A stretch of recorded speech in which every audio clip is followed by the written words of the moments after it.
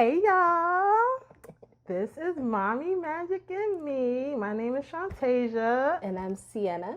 and we are here to just start up a new community, which will basically so Mommy and Magic and Me is basically about like you as a mom or even as a woman, speaking about spirituality and your children and like incorporating spirituality with your children, but not just children in general, but like children with special needs. So I will say from personal experience, I think that Shantasia and I came together on this because we both have children with some special needs, and we noticed the need for a collective community. And like she said, it's not necessarily just for mothers. This could be used as a center for mothering yourself as well. So what we want to bring to the table is this beautiful community of experience, trial and error in explaining, what it's like to mother with special needs children and bringing your spirituality to the table. Mm-hmm. So, um, what I found interesting, right, was the fact that I personally have an older. We talked about it, like I have an older son who has special needs, whereas you have a younger son. Right, right. Yeah. So I thought that was a really interesting find because I have an older daughter, and my daughter does not have special needs. So I actually knew right away the milestones that my son was missing. And they say each child is different, but I think that really builds up the mother's intuition. You're just like, something is different here, and you are really checking in with like your spiritual center, who you see your child being. It's like not discouraging them from being who they are, but really understanding that they need extra support. So that's something that I really noticed, like with my daughter and my son, is that they both have different needs, but my son, he definitely was a lot different with the milestones. I saw the milestones be so different with him, for sure. Yeah. And for me, like of course he's my first child, so I honestly don't know what to expect. And then in my family, I didn't really know anybody that had special needs. And like, if there was somebody that had special needs, it was like, it's not the way how my son is. It's actually the way, like, for me personally growing up, we see special needs as people that may have Down syndrome, or like they are not really coherent. It's just like, or that like you can visually see that they, the hidden disabilities was not a thing within our community, right? Exactly. It's like, it's definitely something that you're just like, oh, they don't look like there's something wrong. Exactly. But like you could see it. So there was something that was different about my son, and I know that you were saying the same. But I think it's interesting because you said you have a younger son. That's when you really saw the difference, right? It's like, yeah. And the fact that like he was hitting all the milestones, like his speech wasn't there, and he would mimic a lot. He would, like, I say hi, echolalia. Yeah, he goes hi, and he'll keep going over and over. Or like if he watched the movie, he'll repeat everything from the movie.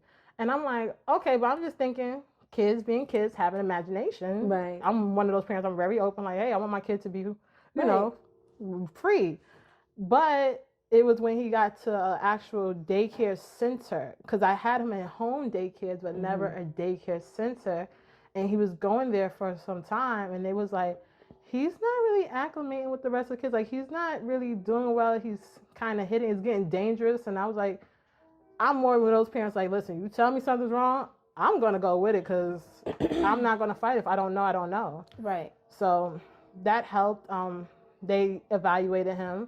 They did let me know at that time he wasn't on a spectrum, which I was like, okay, cool. He had a speech delay and a learning delay, and got him the help he needed. He actually he excelled pretty fast. Like, once he got the help that he needed, he picked up on everything quickly. The only issue I had was the program that he was in, they sent him out too quickly. Yeah. Instead of like giving him a chance to really integrate like slowly into like a regular public school. Right. They wouldn't like I tried to tell them and they wasn't hearing me. So I was like, okay, watch. Like if you're trying to put him here, and I'm like, watch. Be aware that these are his needs, and he's already needed these to be. See, I had a very similar experience because I had my son during the pandemic, so he was home with me, and then I was watching him, and I'm like, something's different, not gonna stress it. And then he went to a home daycare, and the home daycare provider, she loved him. She was just like, oh, he's so smart, and she's right, he is very smart because he knows all his colors. He reads reads at a second grade level, and he's been reading at a second grade level since he's 3 years old.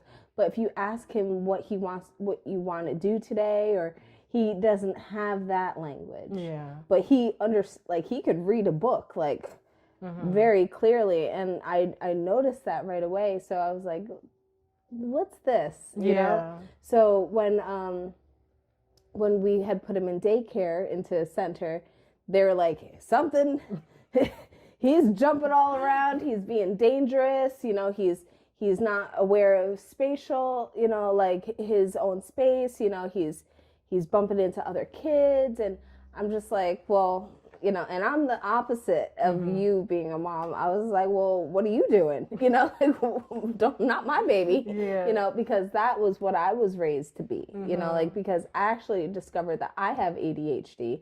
So I didn't know that, because my mom, when I was young, she actually was told all of the things that I needed help with. My mom was like, not my baby. Wow. So I didn't get the help that I needed, right? So I'm trying to break that as a generational curse, in a sense of like, okay, I'll listen.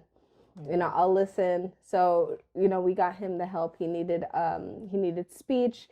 He also needed occupational therapy. And he now has a special education one-on-one. Okay. So he has 3 different teachers for his extras. And then he has a teacher and 2 aides that are in the classroom. So he has 6 teachers during the week at 4 years old. So he's getting the help that he needs. Yeah. I actually just had a discussion with the elementary school that he'll be going into the fall. And they said, we want him to be in a smaller class size because we want to watch it, So yeah. I'm glad that they already recognize that this is something that they want to continue with, not take away. Yeah. Because what I found is that it's all about money, unfortunately, because people got to get paid, you know, and these providers are not cheap, unfortunately, and you don't want cheap providers anyway, but these teachers, they have to get paid, and you have to prove that your child actually needs them, because he started out with earlier intervention, which is paid by the county, and then that extends into preschool. So now he's going into public school, and that's like a part of the curriculum. So they're not essentially getting paid the same way by the county, but it's still an additional expense for the school district to be able to have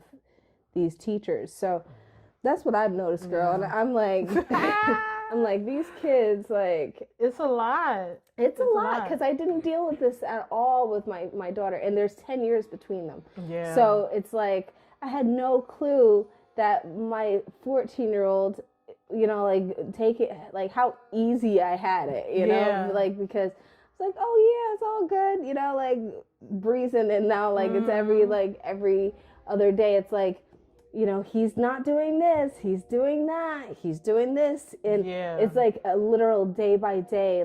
Did he have a good day today? Did he not have a good day today?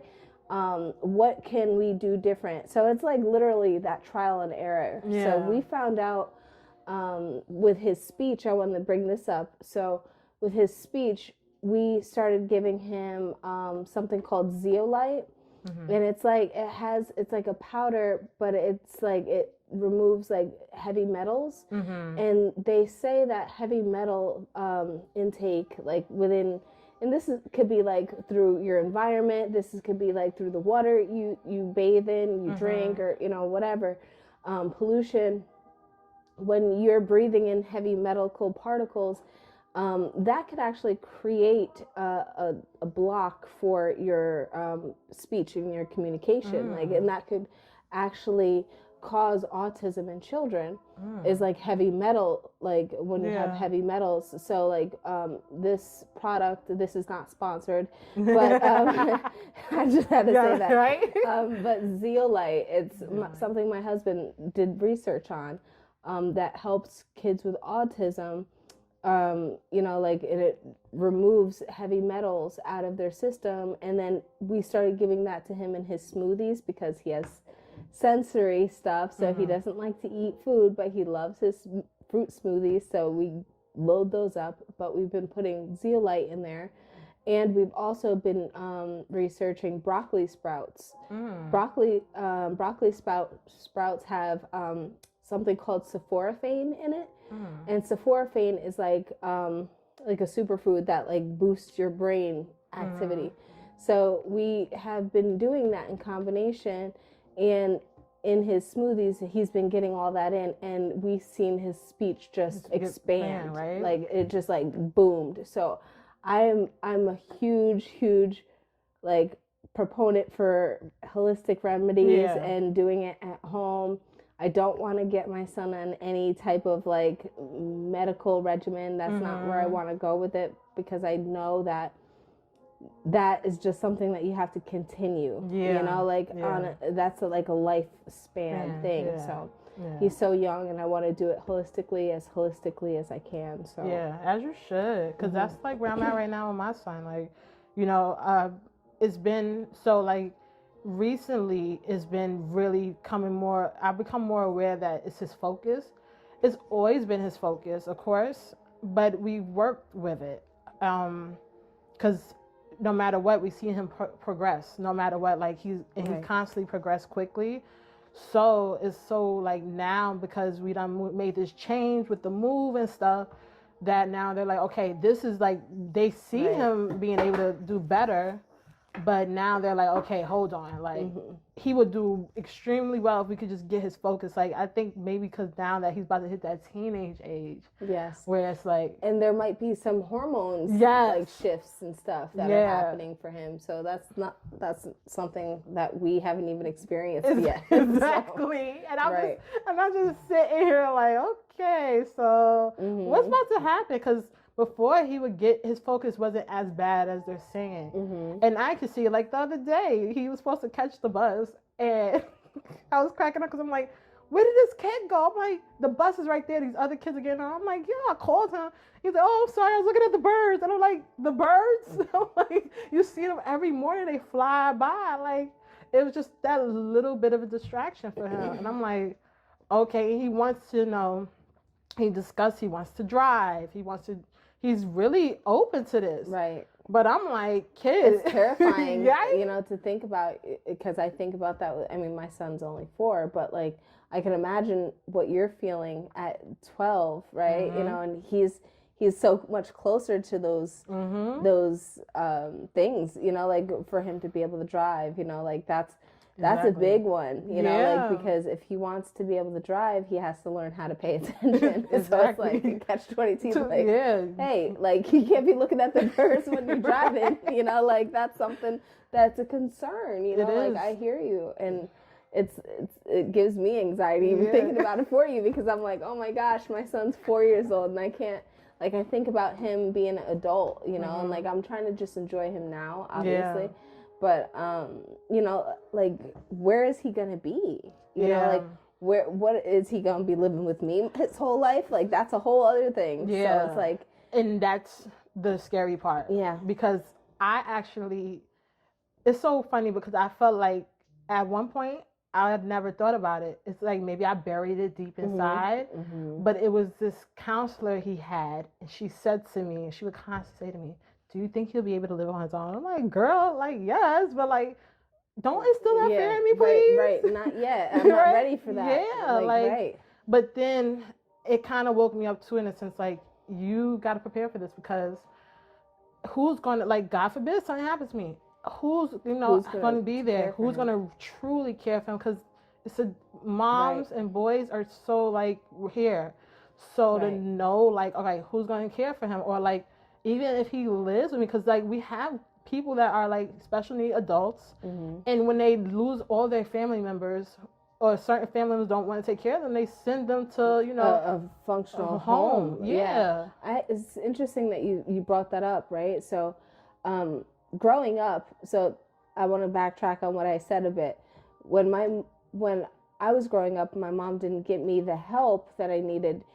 It was like not my baby, but it was also based off of the fact that I was raised like brother and sister with my first cousin, and my first cousin has cerebral palsy, and he also has like some special needs, so my mom was looking like she's not as bad as that's not like she didn't realize that there was a spectrum, right? So she was judging me off of having somebody in very close proximity to me, that she can see that he and I were only 2 years apart, and he is older than me, right?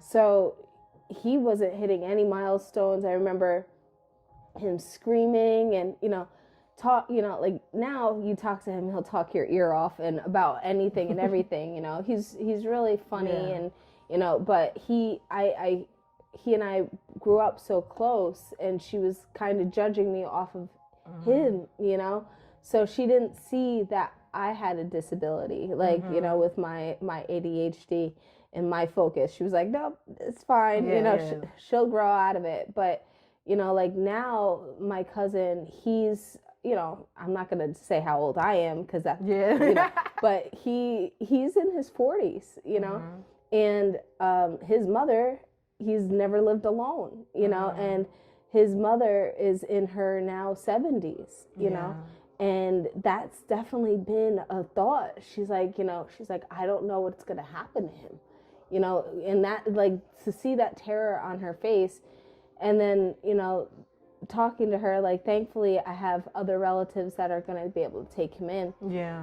And that have, like, figured that all out. But, like, I can imagine, like, what a stress that is, like, because her husband, who is my uncle, he had passed away very young, like, his father had passed away when he was only 37 years old. So, she's been raising him this whole time alone, as, with no help, essentially. And she, she's somebody that actually I've reached out to recently to try to get a gauge on, like, how to care for a child with some special needs, because I've never had, the opportunity to do this type of, work. So, like, what I see is that she's like, it's your child, you'll know. Yeah. And that's what I think that, you and I talk about often. It's like, no, this is my kid, I'm gonna figure it out, know. And that's something that I would say. But yeah,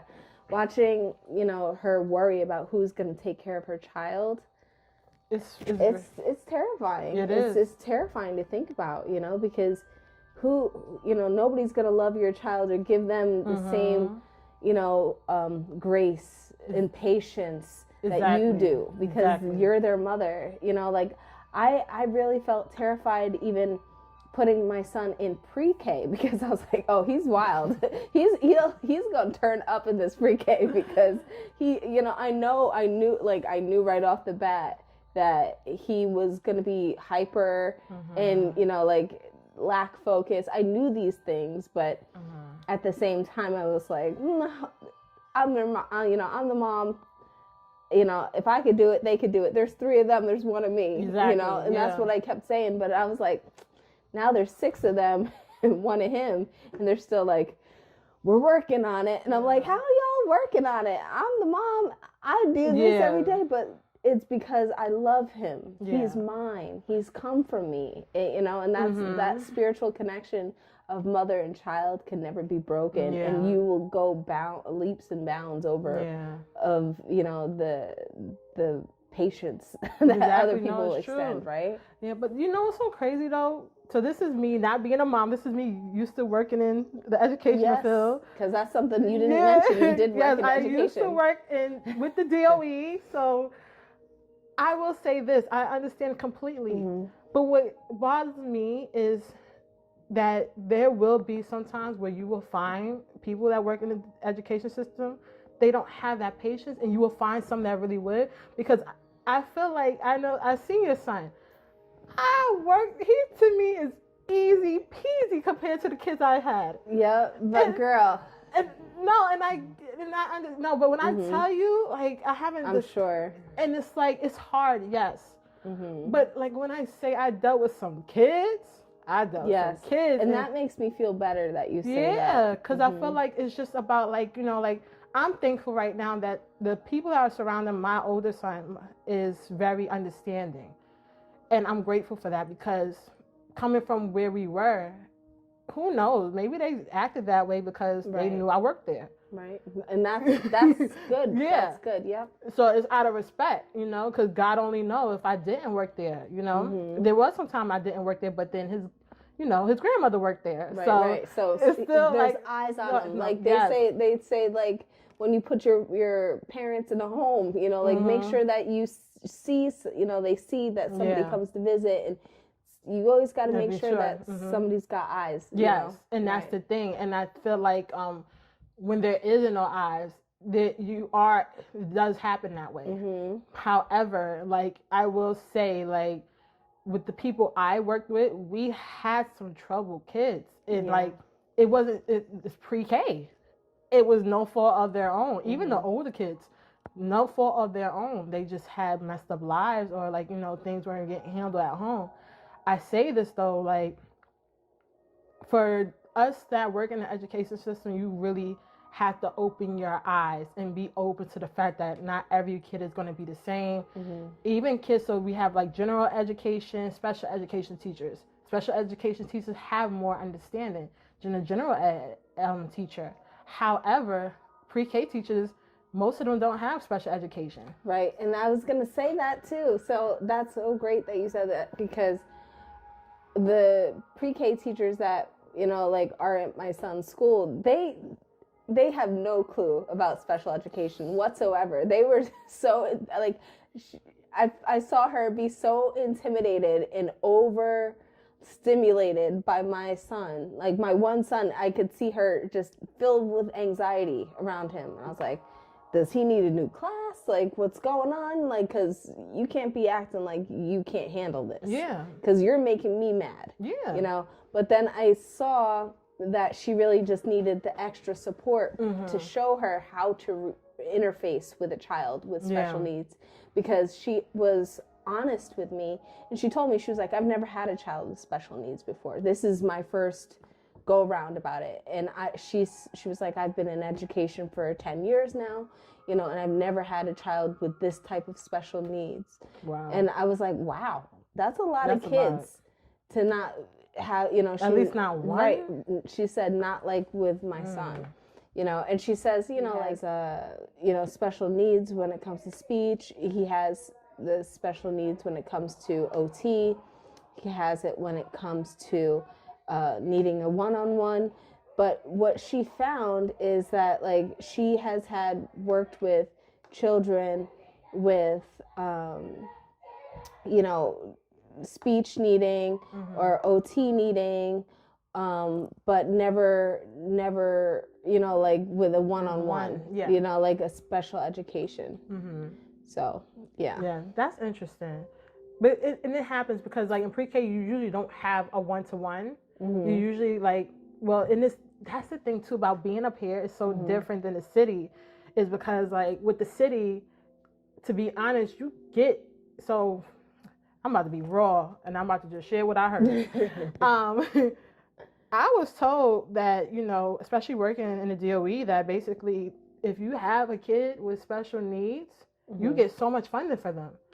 Yes, in the city. And I believe it, because that's where most of the funding comes from. Like, if you, like, the schools, it's like the more special needs kids you have, the more funding you get. Wow. And it's kind of messed up, because who's to say you might just diagnose them that something's wrong, and there may not be nothing wrong with this kid. They just might they might just be going through something at home. But this is what happens. So it's interesting that you get so much funding down in the city where they'll just shell it out. Right. but up here is very scarce. Right. You know, and That's interesting. mhm. I wonder what that's about. I wonder too. I'm gonna do some research because I'm kind of curious. Next episode, right? Like next episode.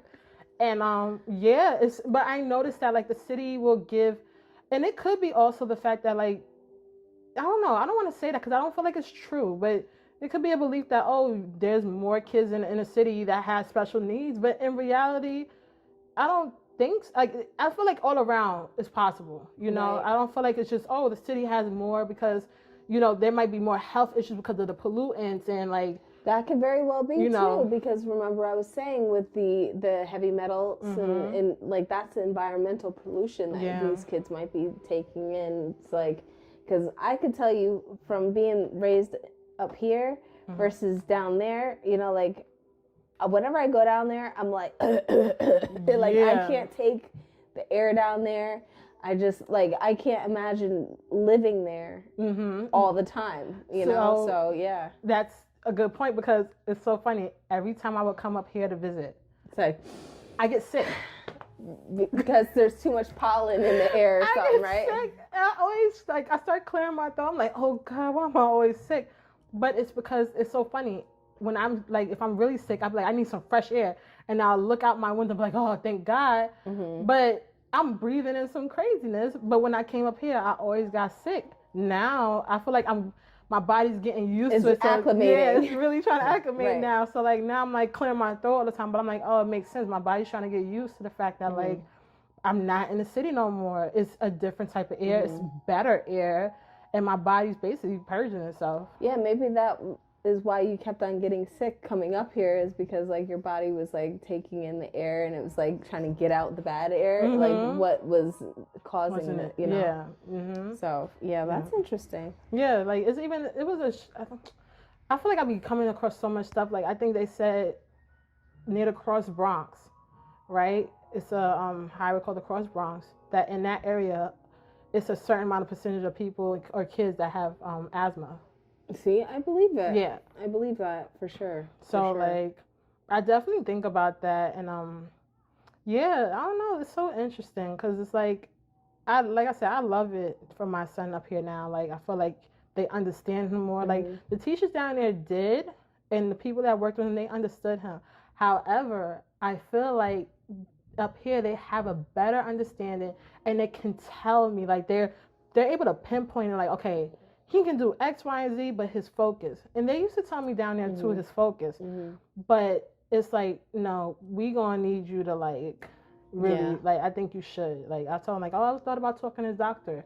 You should. And they also explained to me like, take all the stuff that we said here and bring it to the doctor so he can see. Because it's one thing to talk to about the doctor, but it's another to bring all the paperwork. Right. So you have like a track record of what, you know, right. Yeah, so I was happy about that. But it is a difference, like, and it's so weird because, like, having my younger son with no problems. Just his emotionals, little things, but it's not like my older son. Right. He is so, like, he's quick, like, extremely quick. Even before I left, he was like, did mommy say you could have your phone? And I'm like, it's okay. The little brother becomes big brother. Yes. And that's my difficult part because I don't want to put that pressure on him. Yeah. As a younger brother. And then as an older brother, I don't want him to feel like he can't be an older brother. Right. However, my youngest son picks up and notice, and like even sometimes, you know, he hears us says things and he's like, oh, see, he won't ever get it right. But it's like, you know, he also wonders at times, like, why does he get away with this? Or why does he get away with that? And I'm like, listen, it's because he's not, you know, I had to tell him, especially growing up, like now he has a better understanding, but you know, they're 3 years apart. So growing up, he always like, well, why? That's not fair. Or he'd throw a little tantrum. And I'm like, you got to give him time. It's had to make him mature a little bit. Yeah. Sooner. Like with my daughter, what I see is that she's more nurturing. With my son, she's like, you know, it's so funny. I heard her be like, oh, come here, my baby. And I said, that's my baby. She goes, he's my baby too. You know, like she takes him in like a baby, you know, like, and she babies him way more. And I'm like, you know, he's getting to be a big boy now, you know, not a baby anymore. You got to treat. She's like, no, he needs me. He needs me to do certain things. You know, he needs me to help him do this. And I'm like, okay, well, I'm glad that you still want to do those things. And she's like, yeah, he needs me to do it. You know, he loves it when I do this. And, you know, like I see their relationship because they are 10 years apart. And I think about, you know, what we were talking about earlier, God forbid, knock on wood, you know, anything would ever happen to me, you know, like as an adult, like who would watch over my son? Like, obviously, you know, like I'm married to my husband, but like, my husband, you know, God forbid something happen to him and me, you know, like who's going to watch or take care of my son? And she's always like, yes, it's me, you know, like my daughter is like, yes, that's me for sure. And I'm like, okay. That's good too. Cause it's like, and that's something I worry about. Cause I'm like, how does it feel like if God forbid, what? So his younger brother's going to have to take him in? Right. And that's something that I was getting at, you know, like, do you think that would be something? I feel like he would, because their relationship is so interesting. Like, they're 3 years apart, and they go at it sometimes, like, go at it. But then, like, lately, they always have this, but I think they just don't show everyone. They are literally like this. Like, they will literally, like, I went downstairs to the basement, and they was with each other, just chilling, but in their own space. But they were getting along, or like sometimes they'll play around and hug each other, or I was driving somewhere and they decided, oh, I'm gonna sit in the back. I'm like, so you're just gonna leave me? Yeah, I'm gonna sit with my brother. And I'm like, okay. And they're having a full-blown conversation. So what happened with that? And what happened with this? I'm like, y'all are actually like conversing. You're like, oh my gosh. So who knows? I wouldn't be surprised, because I think we get stuck in that because it's projected on us. I think a lot of the time, like, aren't you worried, or do you think that they can live alone? Do you think this, you know? But like, I think all in all, we should just focus on them being babies. That's how. That's exactly what I'm doing. They're still our babies today. Yeah, and just, you know, I look at it like they will. You know, they will. I feel like the fact that we're getting them the help that they need now, they'll be fine. It's just like you said, the projection of like what others, because nobody else understands it, and that's another thing. Like, even family members won't understand it. Family too, yeah. They won't get it, you know. So you just gotta just be like, listen, he'll be fine. Just let me do what I need to do now, and we'll get to it. That's it. That's it. Do you ever find that meditation or anything like that helps with your boys? Have you ever tried that? My youngest is down for it. My oldest, I think it's because now he's getting old. It's like, now that I'm becoming more aware of like what I can do with him, especially a holistic way. He's like, nope. Like, he's in that preteen phase. And I'm like, I just got to really find ways to work with him. Like, let him come to me. And it's kind of like, oh, why? Right. But I'm just happy, like, whenever he does come, I work with him. But my youngest definitely does. He enjoys it. I did try it before we moved up here. And he did it for a bit. And then he's like, all right, I'm out of here. And I was like, okay, fine. My son, his OT teacher, what I love so much about her is that she does yoga with him. So she does like yoga stretching, and he's like, you know, cat cow, mommy, cat cow. And I'm like, yes, that's right. You know, like, or he, you know, he says, I have to be quiet.